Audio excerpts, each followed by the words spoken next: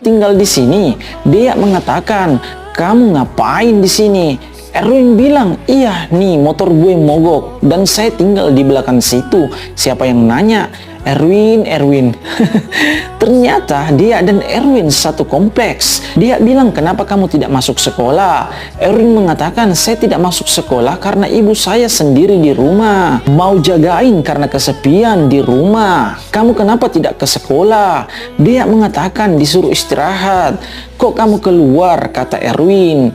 Dia keluar karena mau ke minimarket. Erwin nawarin ke Dea untuk diantar.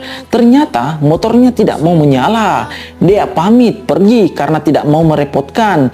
Pas Dea pergi, motornya Erwin menyala. Erwin. Rio dan Mika makan bakso di kantin.